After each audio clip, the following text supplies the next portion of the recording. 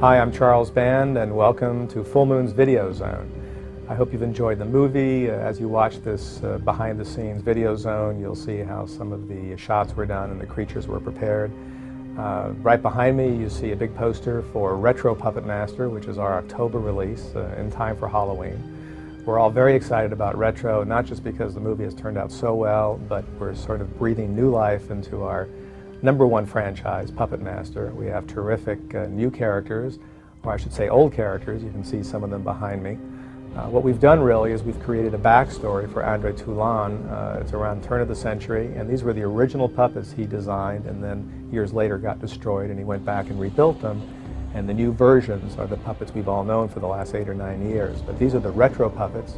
We're also going to have, of course, action figures out on all of these characters, and they will follow most of them will follow the release of the movie. We do have one project in this vein, and we've been talking about it for a while, but it'll definitely be out later next year, and that's Puppet Master versus the Demonic Toys. We will also have some of the Demonic Toys out as action figures, time with the release of this movie, which will be again towards the end of the year 2000. Essentially, it'll be the 8th appearance of the puppets from Puppet Master, and we're trying every year to at least have one film out of each of our better-known franchises. Next year, we're also going to have Subspecies 5 out. It tells the backstory, the origin of Radu. It begins in the year 1000 and spans 1,000 years, so it's going to be an epic film for us, by far the most difficult one we've made.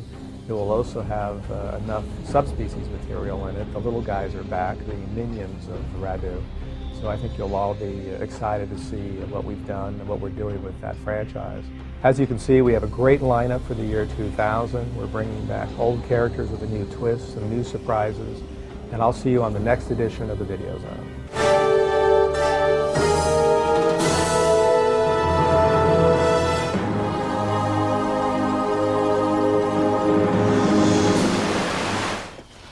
Full Moon invites you to be the 7th guest at their private retreat in the woods, where one can learn the basic skills of survival.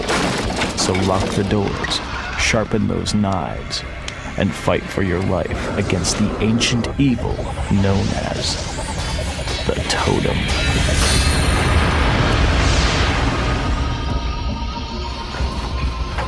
Follow us on the behind the scenes of this horrific tale and hear how the cast sharpen their skills to face the Totem. Master, who is walking up and walks through the sky. Blessed is the bloody master. Well, my character Robert is one of 6 people find themselves kind of like trapped in a cabin in the wilderness, and during the time they're trying to escape, they find that each one of the characters on the totem got some kind of like mysterious evil powers, and the whole movie is pretty much starting with them getting there, realizing through time what they're actually doing there, and trying to escape. Is there any direction you haven't tried? What do you think? There's like a magic invisible wall around part of the place, but the other part we can just walk right through. How about through there?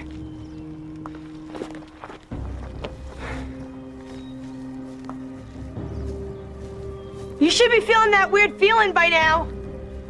I'm not feeling any weirder than I was before. It's gotta be like 200 feet. She's still going. What are we waiting for? My character Alma was, she was having lunch, and she's not really dressed to be out in the woods. So in my mind, I kind of placed her. She's a city girl. She's from the city. She's probably not used to being out there, and you can just kind of develop it a little bit that way. Well, I don't think my shoes are made of leather, but I wouldn't mind eating Tina when she gets back. He was kind of the smart aleck type guy, and always had a quick comment to make about the situation, but he was nervous and scared, but also kind of a prankster. Gee. What? You lost in the way of the outhouse? No, I just came to check on something. Check what? Look. Alma Groves. Is your last name Maglia? Yeah, how'd you know? He was kind of he was a little more angry and than my character in Witch House was. He was a little, say, more lighthearted. But he was kind of the guy that they were blaming initially because the first killing of Totem was done by me, unbeknownst to me. So there's a lot of accusations and finger pointing. So he went through a lot because he was the first one to kind of go under the spell. That's right on the carving, the top one. It had all over its claws, and so I didn't have to do. I grabbed her and I brought her back here. You have no idea what happened to her?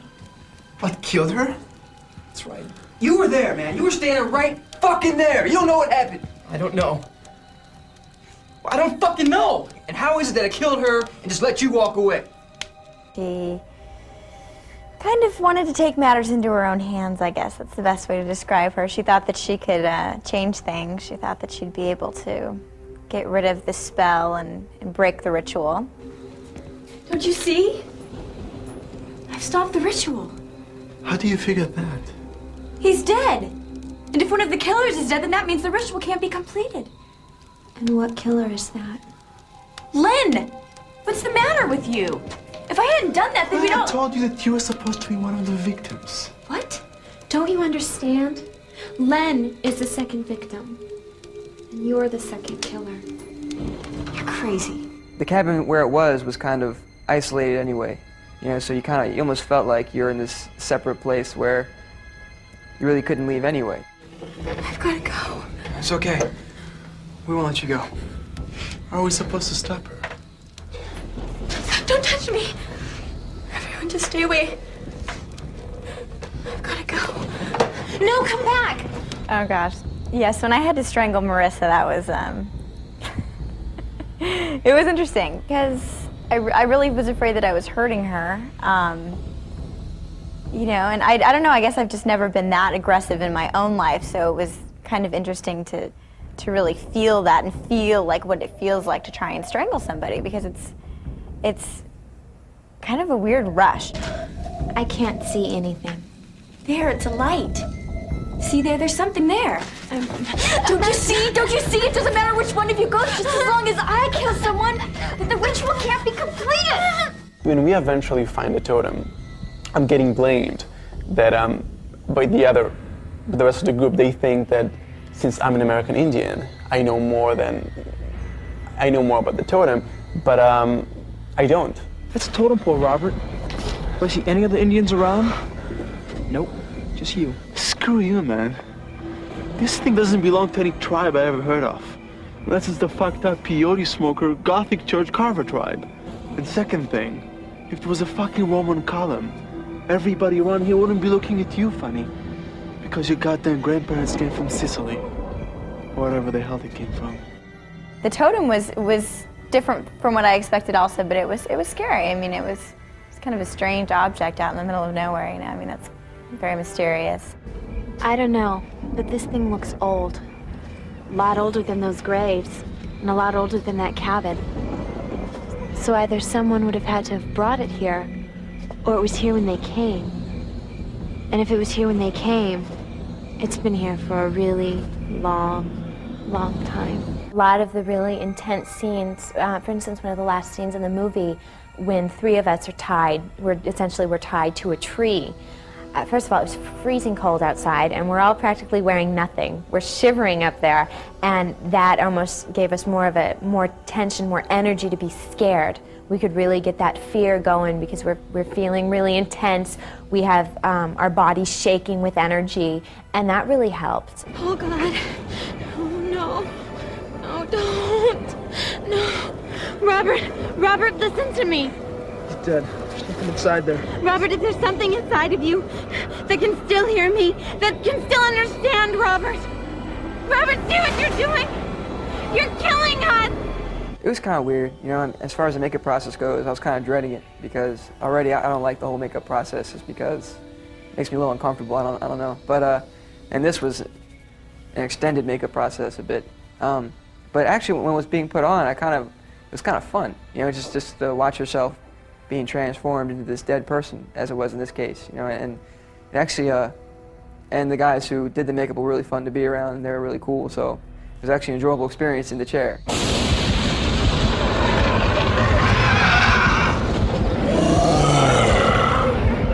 the killer Muppets. It was funny. It was fun. There's one point, I really liked getting the screams out, and I just took all my daily aggressions out on these little Muppets. And there's this one point where the windows had broke, and I escaped the Muppet, and I go on the ground, and I reach for this glass hatchet, and I have to turn around and start hitting the puppet. And I had to take these really wide strokes to hit it. And the first time I did this take, the puppet's on top of me, and I'm screaming, and I'm hitting it, and I really just whacked that thing, and I broke his head. And I'm just hitting it, and I get up and I run, and we have to take the time to then fix the puppet and do it a little bit slower.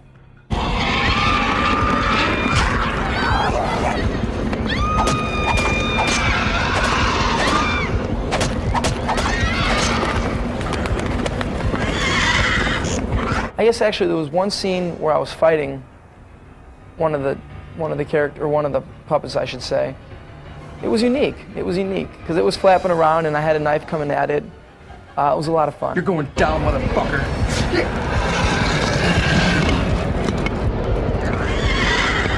You don't see is the 3 people behind me that are controlling the puppet, you know? And they're doing so much work behind there. I mean, that just to move any little thing on that puppet, it was so much.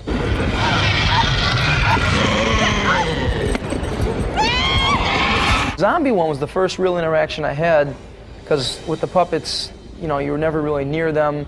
I never really touched them, but the zombie scene at the end was a lot of fun. And what happened is, when she had actually come out of the grave, it was actually a girl zombie who did that, she couldn't really see, so she was clawing up and trying to get me, and she had actually knocked me in the face and bloodied my nose. I was really trying to get away, so that was a lot more real to life for sure. Oh my God, shit!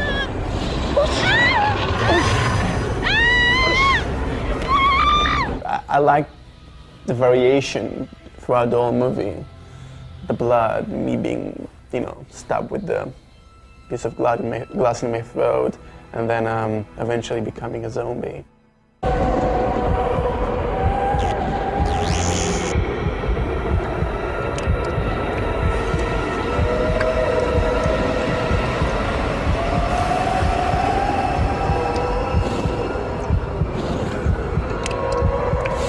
I get married with a zombie, I guess, so we end up together. We're holding each other, so it's kind of a happy ending. You know, it could happen.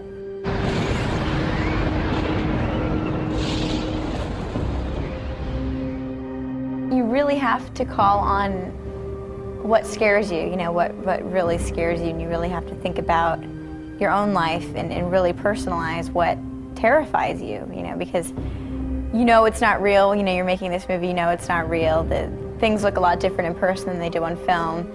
So in order to really be scared a lot and for so much of the movie, you know, I really had to think about what terrifies me. And I think Totem is more scary than gory by far. I mean, it's because you don't really know exactly what it is that's making all the noise and what's doing all these things. And I think it's very scary. And you know, the appearances of the monsters and everything is more frightening, I think.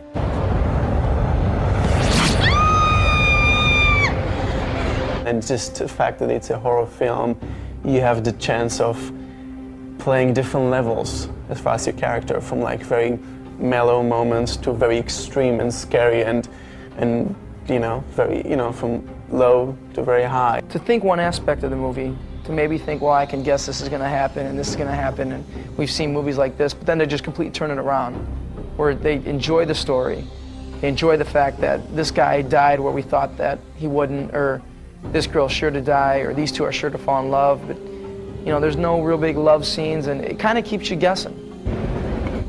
I'd say if you're in the mood to go see something that's different, and if you're in the mood to like imagine this happening, and in the mood to be in a fantasy world where you're going to be a little afraid but excited at the same time type thing, and you want to join along with characters going through something like this is a movie to see. So grab your survival kit and experience the grisly forces of Totem. We're made when the world was young.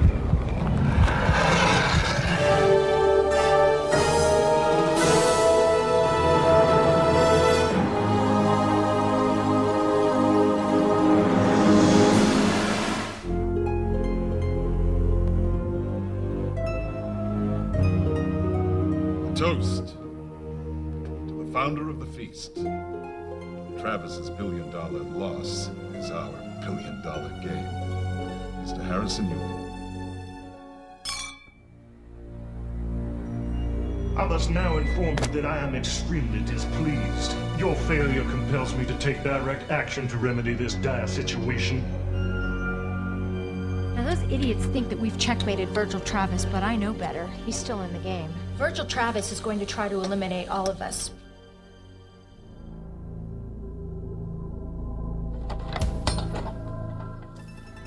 Tsunami. These are my latest acquisitions. Don't think of them as competitors. Think of them as new weapons. Who's first?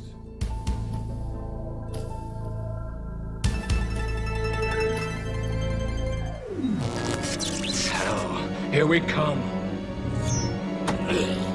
Mr. Mascaro, let's begin the sequence.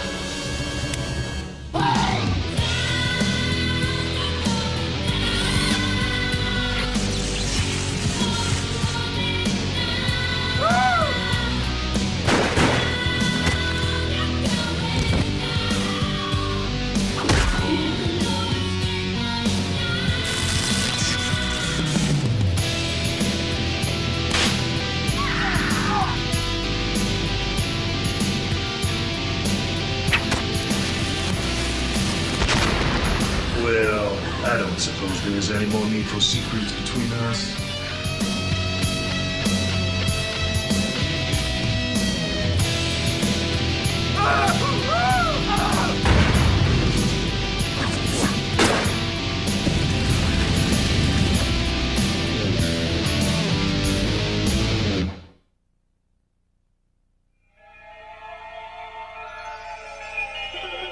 In the dead of night, they came to this house, chosen for a mysterious purpose. It is time for a story. Tonight's a very special night of the year for me. Tonight marks the 300th anniversary of my ancestors' death. For the crimes of witchcraft, we, the goodly servants of the Lord, sentence thee, Lilith the Fae, to eternal damnation. I never got to tell you all the stuff about this old house. They say the original LaFay family had this mansion shipped, brick by brick, to Massachusetts from their estate in France. It's haunted. What happened to the lights? No. Anyone. I invoke the spirits of my dread clan.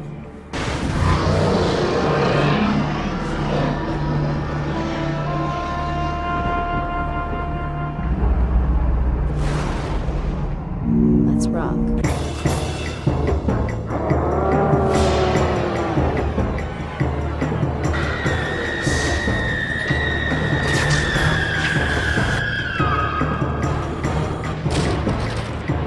What's happening? Do you believe in evil spirits?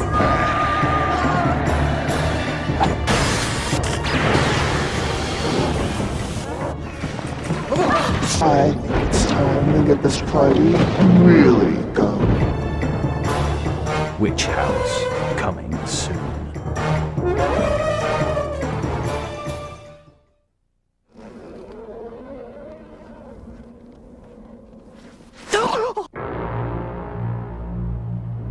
They thought he was dead.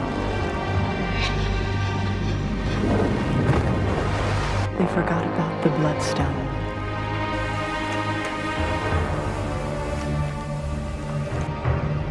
An innocent corrupted. This poor child has been ravaged by a vampire.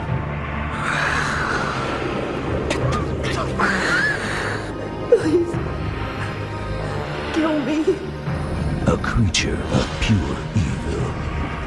Brother Vladislas is a figment of folklore. He has pursued her relentlessly. As my child. What brings you to Bucharest, Master? Vengeance. He'll find me. She has fought him for her humanity. I'm your master. You cannot deny me. Now, they will face each other one last time to decide who will possess her soul. Let there be a bloodbath.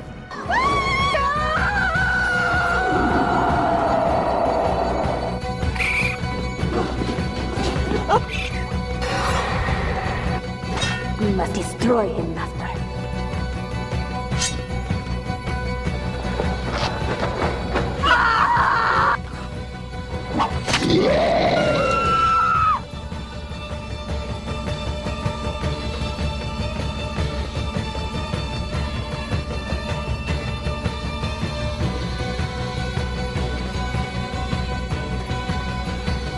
Subspecies 4. You're mine. Forevermore. Bloodstorm.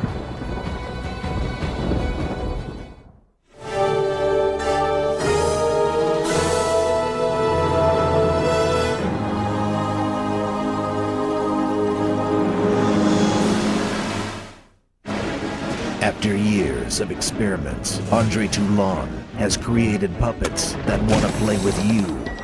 Full Moon introduces the Puppet Master action figure series. 8 dolls that come alive with movable parts and accessories to spare. Blade can strike with a hatchet or a knife and see with eyes that glow in the dark. When his friend Pinhead lifts these dumbbells, he can really blow his top. 6-shooter always has you in his sights with 6 pistol-packing arms. Jester leads the puppet parade with his scepter, knife, and a revolving head that will wipe the smile off your face. If Tunneler's movable drill doesn't get you, then his machine gun and pickaxe will. Leech Woman has a kiss to die for, and plenty of slimy friends to growl around. The action heats up with Torch's glowing flamethrower.